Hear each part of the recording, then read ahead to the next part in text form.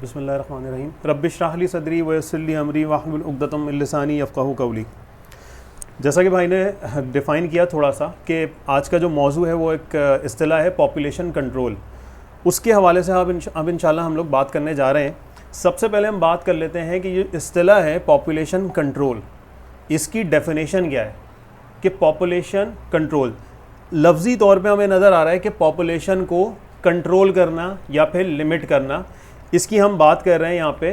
तो अच्छा, ये किस तनाजुर में बात हो रही है? ये रिसोर्सेज के तनाजुर में बात की जा रही है कि आपके पास जो रिसोर्सेज, जो वसाइल मौजूद हैं वो लिमिटेड हैं और उन लिमिटेड वसाइल को देखते हुए आप क्या करेंगे, अपनी पॉपुलेशन को लिमिट करेंगे।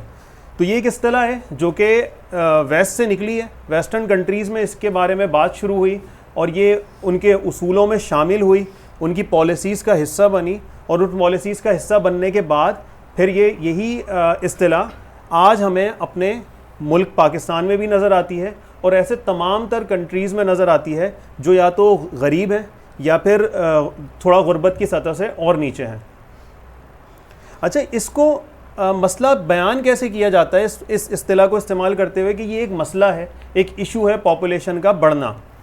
ये इसलिए इस तरह से बयान किया जाता है कि अगर पॉपुलेशन बढ़ती गई या बच्चों की पैदाइश तेज़ी से होती गई किसी भी मुल्क के अंदर, तो प्रॉब्लम क्या आएगी? प्रॉब्लम ये आएगी कि आपके तालीमी मसाइल पैदा होंगे, ख़वातीन के हुकूक का मसला पैदा होगा और गुर्बत के मसाइल जो हैं पैदा होंगे। इस तरह के और भी मुख्तलिफ़ मसाइल हैं जो इस पॉपुलेशन कंट्रोल के मौजू के साथ मुंसलिक किए जाते हैं और उनको फिर बयान किया जाता है और फिर इस इस्तिलाह को मुख्तलिफ़ ममालिक के अंदर फ़रोग़ दिया जाता है। इसी तरह हम पाकिस्तान की बात करते हैं। एक मिसाल हमारे सामने है कि 16 जुलाई को एक ख़बर शाये होती है अखबार में कि चीफ़ जस्टिस ऑफ पाकिस्तान ने एक प्रेस कॉन्फ्रेंस से ख़िताब किया। अब थोड़ा सा हम अगर इस पर गौर करें कि चीफ़ जस्टिस ऑफ पाकिस्तान ख़िताब कर रहे हैं कॉन्फ्रेंस से, तो उस कॉन्फ्रेंस का मौजू क्या होना चाहिए? ऑब्वियसली दिमाग में ये आएगा कि चीफ़ जस्टिस ऑफ पाकिस्तान जब ख़िताब कर रहे हैं और किसी कॉन्फ्रेंस में कोई कॉन्फ्रेंस मुनक्किद की गई है तो उसका मौजू अदलिया होना चाहिए, कानून की बालादस्ती होना चाहिए, लोगों के हुकूक का तहफ़्फ़ुज़ होना चाहिए। ये तमाम तर मौज़ूआत डिस्कस होने चाहिए चीफ़ जस्टिस ऑफ पाकिस्तान अगर किसी कॉन्फ्रेंस से ख़िताब कर रहे हैं। लेकिन हमें मौजू नज़र क्या आता है? मौजू नज़र आता है कि चीफ़ जस्टिस ऑफ पाकिस्तान तमाम तर मुल्क के बड़े जजेस को बुलाते हैं और उनसे ख़िताब करते हैं और उनके सामने 2 पॉइंट्स रखते हैं कि जो एक मसला है, एक प्रॉब्लम है पॉपुलेशन कंट्रोल का, उस पॉपुलेशन के मसले को किस तरह से हल किया जाए। कुछ पॉलिसीज़ पाकिस्तान में ऑलरेडी मौजूद हैं जो नाफिज की गई हैं पाकिस्तान के अंदर पॉपुलेशन को कंट्रोल के हवाले से, लेकिन उनका निफाज सही तरह से हुआ नहीं है। तो इन्हीं चीज़ों के ऊपर चीफ़ जस्टिस ऑफ पाकिस्तान रोशनी डालते हैं कि मैं 2 हल पेश कर रहा हूँ। वो 2 हल क्या हैं? उनमें से पहला हल ये है कि तमाम तर बड़े बड़े वकला, तमाम तर बड़े बड़े जजेस ये कोशिश करें कि वो वफाकी और सूबाई दोनों हुकूमतों से क्या करवाएं, वो दोनों हुकूमतों से जितनी भी पॉलिसीज़ बना दी गई हैं वो तमाम तर पॉलिसीज़ नाफिज कराएं। पॉपुलेशन को कंट्रोल करने की जितनी भी पॉलिसियां बनाई हैं वो तमाम तर जजेस क्या कराएं, हर चंद कोशिश करके नाफिज कराएं। अगला पॉइंट देते हैं अगर ऐसा मुमकिन नहीं हो पाता, कुछ रुकावट का सामना होता है वफाकी और सूबाई हुकूमत की तरफ से, तो क्या किया जाए कि अब आप हाई कोर्ट की तरफ रुजू करें। यानी इतना ज़्यादा फोकस किया जा रहा है इस पॉपुलेशन कंट्रोल को लेते हुए पाकिस्तान के अंदर भी। ये एक मिसाल थी पाकिस्तान के अंदर पॉपुलेशन कंट्रोल के मौजू के हवाले से कि सिर्फ वेस्ट में इसे मसला नहीं समझा जाता, पाकिस्तान की रियलिटी में भी इस पॉपुलेशन को लेकर एक इसे इशू के तौर पे देखा जाता है। अच्छा जी, बात करते हैं इस्तिलाह स्टार्ट कब से हुई, कि पॉपुलेशन कंट्रोल की बात होना कब स्टार्ट हुई। ये 18वीं सदी की बात है कि थॉमस रॉबर्ट मैल्थ्यूस एक इकोनॉमिस्ट गुजरे। इस बंदे ने ये पॉपुलेशन का मसला उठाया। इस बंदे ने क्या अपनी स्टडीज़ रखी, इन्होंने स्टडीज़ और कुछ रिसर्च आगे रखी 18वीं सदी में कि हमारे पास कुछ रिसोर्सेज मौजूद हैं और 2 मेजर रिसोर्सेज पे इसने बात की कि एक पानी और दूसरा फार्मिंग के काबिल जो ज़मीन है वो।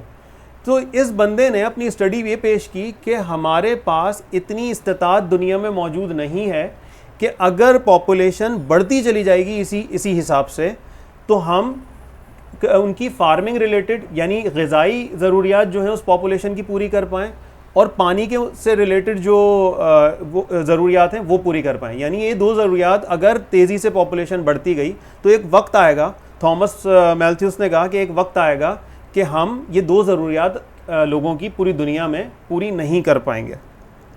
अच्छा, हम थोड़ा सा याद रखें कि 18वीं सदी की अभी हम बात कर रहे हैं, हम इसी बात को आगे जाके लिंक भी करेंगे अपनी कुछ दूसरी चीज़ों के साथ। अच्छा जी, कुछ लोगों की फिर स्टडीज़ सामने आई जिसमें उन्होंने कहा कि अगर पॉपुलेशन 2 बिलियन से ज़्यादा हो जाती है और बढ़ते बढ़ते 8 से 10 बिलियन तक पहुंच जाती है, तो एक एवरेज इंसान की जो ज़िंदगी है उसका मयार क्या हो जाएगा? उसका मयार ये हो जाएगा कि वो उस किसान से भी बदतर ज़िंदगी गुजार रहा होगा जो अपनी बच्चे को 2 वक्त की रोटी भी सही तरीके से प्रोवाइड नहीं कर पाता। हम ये बात भी याद रखें, आगे हम इंशाल्लाह इसे लिंक करेंगे कि 2 बिलियन से यानी 8 से 10 बिलियन अगर पहुंचेगी आबादी तो एक बंदे की ज़िंदगी किसान की ज़िंदगी से भी बदतर हो जाएगी। ये कुछ स्टडीज़ मौजूद थी। अच्छा, फिर वजूहात क्या हैं? वजूहात ये हैं कि जी लोगों की जो नीड्स हैं, लोगों की नीड्स की सेटिस्फेक्शन का जो लेवल है ना वो बढ़ता चला जाता है। यानी अगर मैं आज एक किसी सेल फ़ोन का कोई एक मॉडल यूज़ कर रहा हूँ तो चंद दिनों बाद मेरा दिल चाहता है कि हाँ मैं कोई दूसरा मॉडल इस्तेमाल करूँ। तो इन्होंने इसी चीज़ को लिंक किया लोगों के साथ कि लोगों की जो ज़रूरियात होती हैं उनकी सेटिस्फेक्शन का लेवल भी जो है बढ़ता चला जाता है, तो बेहतर से बेहतर चीज़ें उसे चाहिए होती हैं। तो अगर कोई शख्स अच्छी से अच्छी ज़िंदगी गुजारना चाहता है, अगर कोई मुल्क बेहतरीन ज़िंदगियाँ प्रोवाइड करना चाहता है अपने शहरियों को, तो उसके लिए ज़रूरी है, और उसके लिए इन्होंने कंपैरिजन भी दिया कि ऐसी ज़िंदगी जो यूरोपीय यूनियन के कंट्रीज़ में लोग गुजारते हैं, अगर ऐसी ज़िंदगी गुजारना लोग चाहते हैं तो आबादी को बढ़ना नहीं चाहिए, और 2 बिलियन से कुछ आगे तक चली जाए तो कोई मसला नहीं है, ज़्यादा तेज़ी से आबादी को नहीं बढ़ना चाहिए।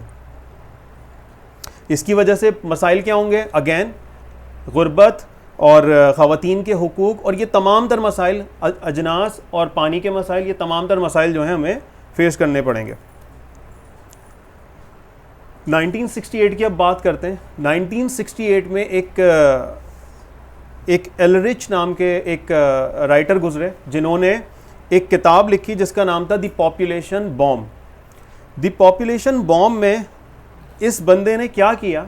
इसने ये किया कि दुनिया के बड़े तरीन मसाइल में से जो एक मसला इसने इंडिकेट किया वो ये था कि पॉपुलेशन सबसे बड़ा इशू है, ओवर क्राउडिंग। इसने एक टर्मिनोलॉजी यूज़ की कि ओवर क्राउडिंग जो है वो दुनिया का सबसे बड़ा मसला है। अगर इसी तेज़ी से आबादी बढ़ती गई तो ये दुनिया का सबसे बड़ा इशू है जिसे लाजमी तौर पे रोकना चाहिए। इस किताब के लिखने के आगे पीछे ही कुछ मामलात इस पॉपुलेशन के मौजू को लेके चल ही रहे थे।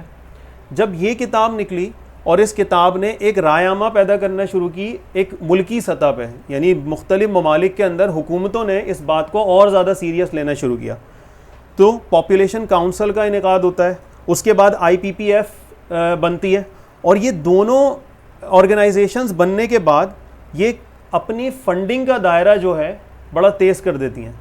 ये ऑर्गेनाइजेशंस का काम क्या था? इन शॉर्ट हम बात करें तो इनका वही काम था कि पॉपुलेशन को कंट्रोल करने के बारे में अवेयरनेस माशरे में कैसे फैलानी है, उस चीज़ को इन्होंने उस अपने तमाम तर काम को इन्होंने और तेज़ किया। इसी के अंदर अपना पार्ट लेते हुए नज़र आते हैं हमें फोर्ड और रॉकफेलर फैमिली भी हमें नज़र आती है, रॉकफेलर फाउंडेशन। ये लोग भी तेज़ी से फंडिंग शुरू करते हैं उन तमाम तर NGOs और ऑर्गेनाइजेशंस की जो फैमिली प्लानिंग से रिलेटेड पैगाम को जो है पूरी दुनिया में तेज़ी से फैला रही होती हैं।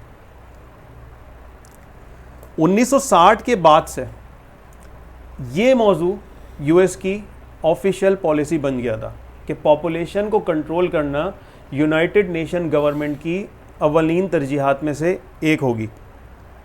एक प्रेसिडेंट गुजरे हैं, लिंडन जॉनसन कहते हैं कि हम अपना कोई रुपया पैसा ज़ाया नहीं करेंगे इन टर्म्स ऑफ एड किसी भी दूसरे मुल्क के लिए, कि जब तक वो मुल्क अपनी पॉपुलेशन को कंट्रोल करने के हवाले से सीरियस ना हो। ये कमोबेश में ट्रांसलेशन बता रहा हूँ। यानी US की इस हद तक पॉलिसी बनी कि US जो लोगों ममालिक को एड फराहम करता है डिफरेंट मौके पे, उस 8 को भी उसने किससे लिंक किया, उसने लिंक कर दिया किसके मसले के साथ, पॉपुलेशन कंट्रोल के मसले के साथ, कि अगर कोई मुल्क सीरियस नहीं है पॉपुलेशन कंट्रोल के मौजू को लेके और वो इसकी रोकथाम के लिए इकदाम नहीं कर रहा, तो हम उसकी मदद इन टर्म्स ऑफ पैसा नहीं करेंगे। इसी तरह रिचर्ड निक्सन एक प्रेसिडेंट गुजरे, इन्होंने डेमोक्रेटिक फ्रीडम्स को एक तरफ किया। इन्होंने कहा हमारी पहली तरजीह यही होगी कि जो मुल्क पॉपुलेशन कंट्रोल को अपना मसला नहीं समझ रहा, अगेन हम उसकी कोई मदद नहीं करेंगे। तो ये कुछ यूएस की पॉलिसी में पॉपुलेशन कंट्रोल का अमल दखल नज़र आता है हमें। अब अपना मौजू शुरू करते हैं इस हवाले से कि अब ये जो बात की जा रही है, तो हर बात की कोई ना कोई बुनियाद ज़रूर होती है कि अगर कोई मुफक्किर, कोई इकोनॉमिस्ट इस चीज़ को, पॉपुलेशन कंट्रोल को एक मसला बयान कर रहा है, तो वो किस बुनियाद पे कर रहा है। तो कुछ थ्योरीज़ गुजरी हैं, जिनमें से 2 थ्योरीज़ इंशाल्लाह हम अभी डिस्कस करेंगे, जिसमें से पहली थ्योरी है मैल्थूसियन थ्योरी ऑफ पॉपुलेशन। मैल्थूसियन थ्योरी, आसान लफ्ज़ों में अगर हम बात करें तो मैल्थूसियन थ्योरी ये थॉमस रॉबर्ट मैल्थस ने इन्होंने थ्योरी दी थी, और इन्होंने एक हिसाब किताब दिया। यानी अब ये इंडस्ट्रियल रेवोल्यूशन और इस सब के बाद मैथ, साइंस और इन तमाम तर चीज़ों को फोकियत देते थे कि इन्हीं की बुनियाद पे हम अपने फैसले करेंगे। तो इन्होंने मैथमेटिकली पॉपुलेशन के हवाले से कैलकुलेशन प्रोवाइड की, जिसमें इन्होंने कहा कि पॉपुलेशन, किसी भी पूरी दुनिया की पॉपुलेशन जो बढ़ती है वो ज्योमेट्रिक प्रोग्रेशन में बढ़ती है। ये एक इस्तिलाह है मैथमेटिक्स की, ज्योमेट्रिक प्रोग्रेशन। ज्योमेट्रिक प्रोग्रेशन मतलब क्या है, आसान लफ्ज़ों में बात करें तो जैसे आज 2 बिलियन है पॉपुलेशन, तो 5 साल बाद ये 10 बिलियन हो जाएगी, यानी multiply by 5, 2 5s are 10। 10 billion है तो अगले 5 साल में 50 बिलियन हो जाएगी, यानी फिर मल्टीप्लाई बाय 5, उसके बाद 250 बिलियन हो जाएगी। यानी पॉपुलेशन किस तरह बढ़ रही है, किसी एक नंबर से मल्टीप्लाई हो के एक फिक्स टाइम में पॉपुलेशन बढ़ रही है, कोई मसला नहीं है, ठीक है जी, एक बढ़ रही है पॉपुलेशन। दूसरी स्टेटमेंट दी जो प्रॉब्लम को हाईलाइट करती है, इन्होंने कहा फूड के मामले में ऐसा नहीं है, जो ग़िज़ाई अजनास की पैदावार है और पानी और दूसरे ज़राए मौजूद हैं हमारे पास, उनका मसला क्या है कि वो ज्योमेट्रिक प्रोग्रेशन में नहीं बढ़ते, वो अर्थमेटिक प्रोग्रेशन में बढ़ते हैं। अब अर्थमेटिक प्रोग्रेशन क्या चीज़ है? अर्थमेटिक प्रोग्रेशन का मतलब है, मिसाल के तौर पे, कि 2 टन गंदम अगर है आज, तो 3 साल बाद वो 5 टन हो जाएगी। अगर 5 टन गंदम है तो 3 साल बाद वो 8 टन हो जाएगी। यानी अब ये मल्टीप्लिकेशन में नहीं बढ़ रही, ये एडिशन में बढ़ रही है कि 2 से कितनी हुई 5, 5 से हुई 8, और इसी तरह आगे बढ़ती चली जाएगी। तो अब इन दोनों को अगर हम देखें तो नज़र आया वाकई एक इशू है कि हाँ जी, पॉपुलेशन बहुत ही तेज़ी से बढ़ रही है, जबकि ग़िज़ाई पैदावार जो है वो बहुत स्लो बढ़ रही है। यहाँ तक हमें दिख रहा है कि पॉपुलेशन वाकई एक मसला मैल्थूसियन के हिसाब से लग रहा है। लेकिन हुआ क्या कि आप सब जानते हैं कि एक टेक्नोलॉजिकल एडवांसमेंट है दुनिया में जो मुस्तकिल नज़र आती है। उस टेक्नोलॉजिकल एडवांसमेंट की वजह से क्या हुआ कि जो पैदावार कोई एक ज़मीन किसी आज से 10 साल पहले देती थी, वो 10 साल बाद आज के फर्टिलाइज़र्स में तरक्की की वजह से या फिर डिफरेंट तरक्कियों की वजह से वो क्या नज़र आना शुरू हुआ, वो पैदावार दुगनी तिगनी हो गई। इसका मतलब ये है कि जो कैलकुलेशन मैल्थूसियन पेश कर रहा था कि पैदावार ग़िज़ा की बहुत स्लो बढ़ती है, ऐसा नहीं हुआ। पॉपुलेशन के बढ़ने के साथ साथ ग़िज़ाई पैदावार भी जो थी वो भी बहुत तेज़ी से बढ़ना शुरू हुई, और ये रिसर्च आगे जाके सामने आई कि मैल्थूसियन की थ्योरी क्या हो गई, फेल हो गई, क्योंकि ग़िज़ाई अजनास बड़ी तेज़ी से बढ़ती चली गई। तो यहाँ पे मैल्थूसियन की थ्योरी फेल हुई। अच्छा जी, दूसरी थ्योरी अब हमारे पास आती है ऑप्टिमम थ्योरी ऑफ पॉपुलेशन। अच्छा, ऑप्टिमम थ्योरी ये एडविन कैनन के नाम से एक इनके इकोनॉमिस्ट हैं, इन्होंने पेश की। इन्होंने कहा size of population is not a issue. ये इशू नहीं है कि पॉपुलेशन बढ़ रही है। सर, पॉपुलेशन बढ़ रही है, पॉपुलेशन के बढ़ने के साथ साथ आप अपने जो पैदावार है, जो प्रोडक्शन ऑफ वेल्थ है और ये तमाम तर चीज़ें, इनको भी आप बढ़ाना शुरू कर दें और ये बैलेंस कायम रहे, तो मसला ही कोई नहीं है, आपके तमाम तर मसले हल होते चले जाएंगे। यानी पर कैपिटा इनकम का कंपैरिजन इन्होंने कर दिया किसके साथ? इन्होंने पॉपुलेशन के साथ कर दिया कि अगर पॉपुलेशन बढ़ रही है और पर कैपिटा इनकम उस हिसाब से बढ़ रहा है, तो आप कहेंगे वो पॉपुलेटेड नहीं है कंट्री। लेकिन अगर दिख रहा है कि पर कैपिटा इनकम नीचे जा रहा है और पॉपुलेशन बढ़ रही है, तो आप उस कंट्री पे एक टैग लगा देंगे, ये पॉपुलेटेड कंट्री है। ये थ्योरी भी आगे जाके क्या होती है, फेल हो जाती है। और फेल होने की वजह क्या है कि पर कैपिटा इनकम, अगर आप इकोनॉमी में जाके इस इस्तिलाह को थोड़ा सा रिसर्च करें तो आपको नज़र आएगा कि जस्टिफिकेशन है ही नहीं इस कैलकुलेशन के अंदर।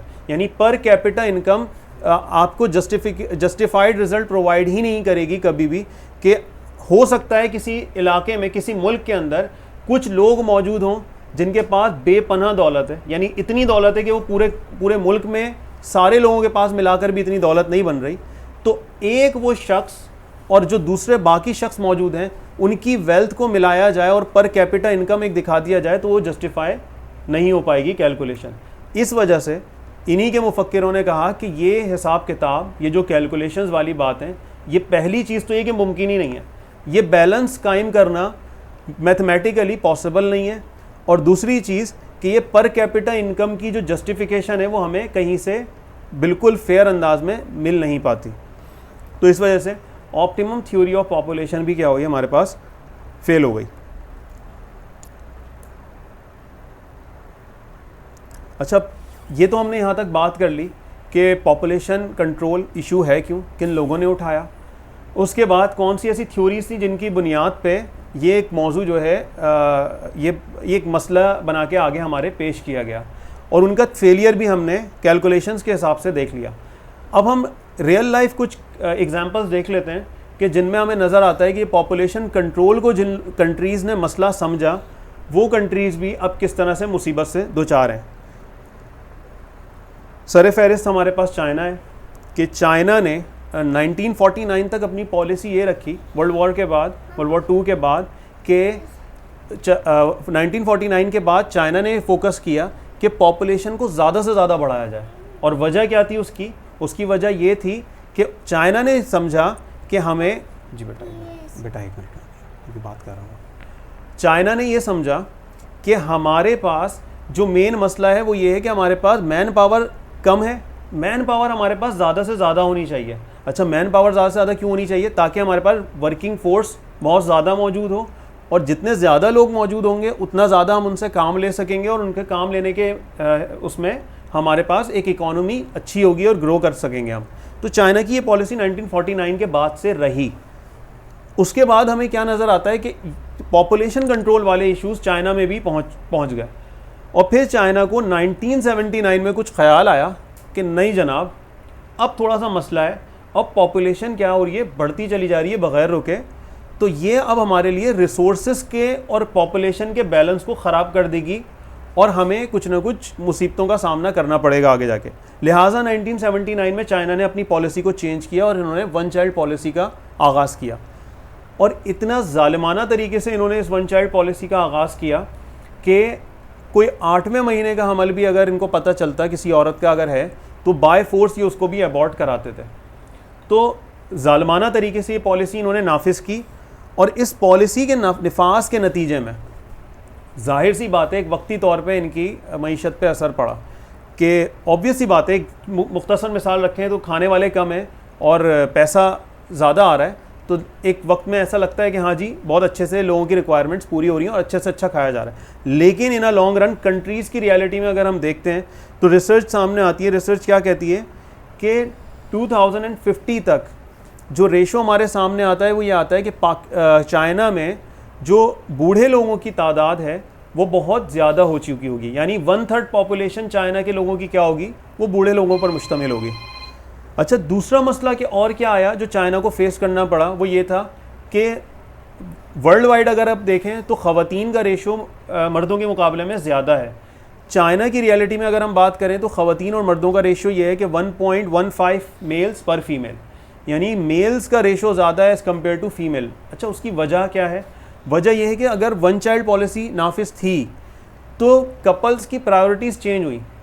जब एक ही बच्चा रखने की इजाज़त है तो एक मफाद परस्त दिमाग क्या सोचता है कि यार मैं नुकसान में ना जाऊं, तो वो कपल भी इस नुकसान को देख रहा था कि अगर बच्ची पैदा होगी, बेटी होगी, तो वो हमारा सहारा नहीं बन रही होगी, एक बोझ होगी।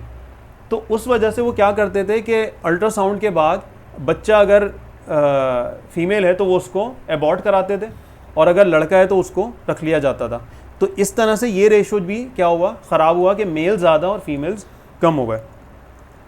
तो ये कुछ मसाइल थे जो चाइना को अभी फेस करना पड़े। फिर इन्होंने 2015 में अपनी इस पॉलिसी को ख़त्म किया कि अब इन्हें होश आया कि नहीं जी अब प्रॉब्लम्स पैदा होंगी, क्योंकि अगर बुड्ढे ही बुड्ढे ज़्यादा हो गए किसी मुल्क के अंदर तो हम समझ सकते हैं कि एक इफेक्टिव फोर्स जो मौजूद होती है वो यंग लोग ही मौजूद होते हैं।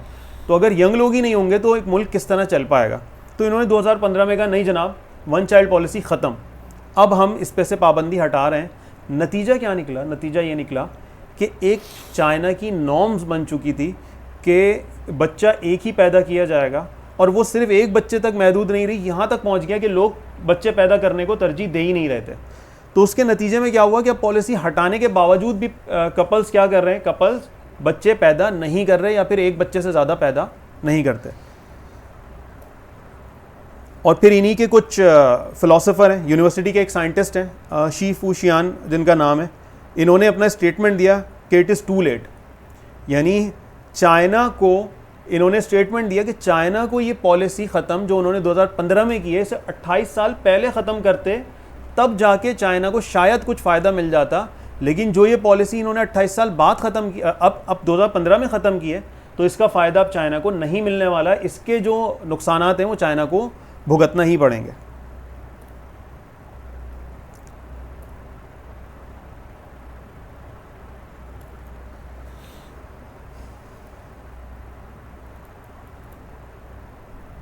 इसी तरह हम आगे थोड़ा सा और डिफरेंट कंट्रीज़ को एक सरसरी नज़र मारते हैं कि हमें नज़र आता है कुछ स्टडीज़ बताती हैं कि अगर इसी तनासब के साथ जो वेस्टर्न कंट्रीज़ और जो डिफरेंट कंट्रीज़ हमारे पास हैं जो इस मसले को वाकई इशू बहुत बड़ा बनाकर और इसको एक अपना प्रायोरिटी पे लेके चल रहे हैं, वो अगर इसी हिसाब से पॉपुलेशन को कंट्रोल करते रहे तो इश्यूज़ क्या आएंगे वो हमें नज़र आएगा कि 2050 तक की एक स्टडी आती है कि जापान की लेबर फोर्स 68 मिलियन से नीचे जाके 46 मिलियन तक चली जाएगी। इसी तरह इटली की वर्क फोर्स 23 मिलियन से उठकर 14 मिलियन पे चली जाएगी, और जर्मनी की वर्क फोर्स 41 मिलियन से उठ के 28 मिलियन तक चली जाएगी। तो ये चीज़ हमें नज़र आ रही है कि एक इफ़ेक्टिव जो अमाउंट ऑफ पॉपुलेशन मौजूद है वो एक टाइम बाद, डेकेड्स बाद हमें माइनस होता हुआ नज़र आएगा।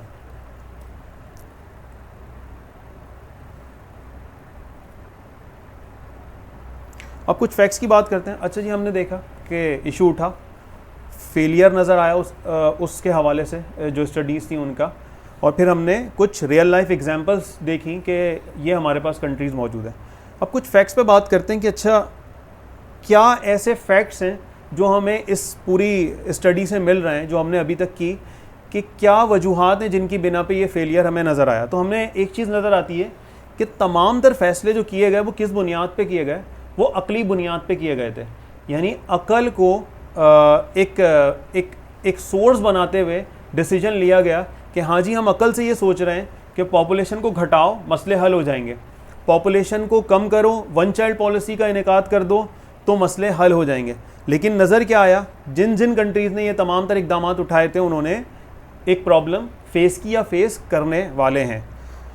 तो इसका मतलब ये हुआ साइंस, मैथ्स और टेक्नोलॉजी हर बार हमें सही हल पेश नहीं करते, और ह्यूमन इंटेलेक्ट यानी इंसानी अक्ल हमेशा किसी सही हल पे नहीं पहुंच सकती।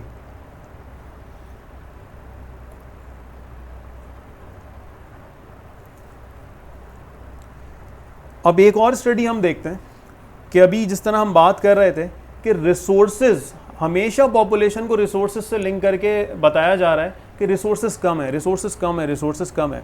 अब रिसोर्सेज थोड़ी बात कर लें तो हम देखें तो नज़र आएगा कि दुनिया में जो 26 रिचेस्ट बिलियनर्स मौजूद हैं, सिर्फ 26 लोग जिनके पास भरपूर पैसा मौजूद है, उनके एसेट्स को और अगर पूरी दुनिया के 4 बिलियन गरीब लोगों के एसेट्स को तराजू में रखा जाए तो ये बराबर हो जाएगा।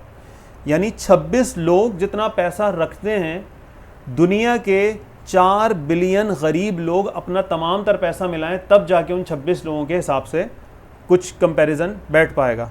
इसका मतलब ये नज़र आया कि मसला रिसोर्सेज की कमी नहीं है, मसला असल क्या है, मसला ये है कि जस्टिफाइड तरीके से रिसोर्सेज की डिस्ट्रीब्यूशन नहीं हो रही। यानी डिस्ट्रीब्यूशन ऑफ रिसोर्सेज असल मसला है, रिसोर्सेज का कम होना मसला नहीं है। रिसोर्सेज बहुत ज़्यादा मौजूद हैं लेकिन उनको जस्टिफिकेशन के साथ पूरी दुनिया में डिस्ट्रीब्यूट नहीं किया जा रहा।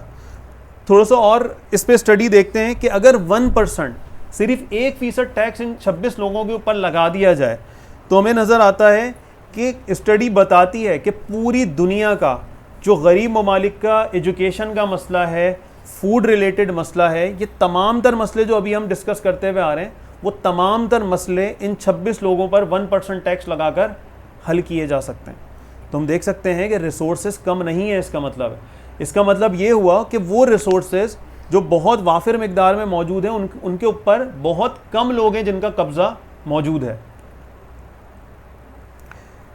मैं ऐसी थोड़ा सा इसको और आज सर्च कर रहा था इस मौजू को, तो मैंने एक कंपैरिजन निकाला कि अगर आज की हम बात करें तो दो नाम बड़े प्रोमिनेंट नज़र आते हैं, यंगस्टर बहुत बात करते हुए भी इस मुतालिक नज़र आते हैं कि एक एलॉन मस्क को और जेफ बेजोस को, और इनकी अगर नेटवर्थ उठाई जाए तो एक हिसाब किताब मैंने निकाला तो उससे पता चला कि अगर एलॉन मस्क पर सेकंड $100 जलाना शुरू कर दें, पर सेकंड $100, तो 48 साल लगेंगे उसे अपनी पूरी इनकम को, पूरे पैसे को जलाने के लिए। इसी तरह जेफ बेजोस अगर पर सेकंड $100 जलाना शुरू करे तो उसको 60 साल लगेंगे अपनी पूरी इन तमाम तर पैसे को जलाने में। अच्छा, सिर्फ पैसा नहीं है, उसके तमाम तर एसेट, ज़मीनें और जो भी जितनी भी इन्वेस्टमेंट होगी, जितने भी बिजनेस होंगे, उन सबको अगर डॉलर्स की मद में हम कंसीडर करते हैं तो उसका कमोबेश ये हिसाब बनता है। तो अब आप इमेजिन करें, इसका मतलब बिल्कुल क्लियर है कि पैसा कम नहीं है, रिसोर्सेज कम नहीं है, फूड और वाटर कम नहीं है। मसला ये है कि कुछ लोग मौजूद हैं जिनके पास तमाम तर चीज़ें जा रही हैं और वो काबिज़ हुए बैठे हैं उन तमाम तर रिसोर्सेज के ऊपर। So problem is a capitalism, ठीक है, यानी मनफियत बेस्ड एक पॉलिसीज़ चल रही हैं, जिन मनफियत बेस्ड पॉलिसीज़ को देखते हुए कुछ लोग, सिर्फ कुछ ही लोग हैं जो उनसे फ़ायदा उठा सकते हैं, और वो इतना फ़ायदा उठाते हैं कि हमें फिर ये कैलकुलेशंस नज़र आना शुरू हो जाती हैं कि पर सेकंड भी ये दौलत जलाएं तो उन्हें 60-60 साल लग रहे हैं। अच्छा जी, अब एक पुरानी बात हम वापस उठाते हैं जो हमने शुरू में की थी कि हमने 18वीं सदी में थॉमस मैल्थ्यूस साहब की एक बात देखी थी। उन्होंने कहा था कि जनाब, आबादी अगर 8 से 10 बिलियन तक गई तो लोगों की ज़िंदगी का मेयार कैसा हो जाएगा, एक किसान से भी बदतर हो जाएगा। आज की रियलिटी में इस दुनिया की आबादी 8 बिलियन है और स्टैट्स ये बताती हैं कि आइंदा कुछ सालों में 50 से पहले ही ये आबादी 10 बिलियन तक चली जाएगी।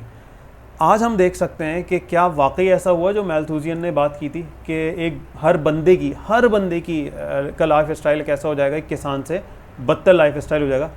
अल्हम्दुलिल्लाह ऐसा नहीं है, हालात बहुत बुरे हैं, लेकिन ये इस नहज पर पूरी दुनिया अभी तक नहीं पहुंची है।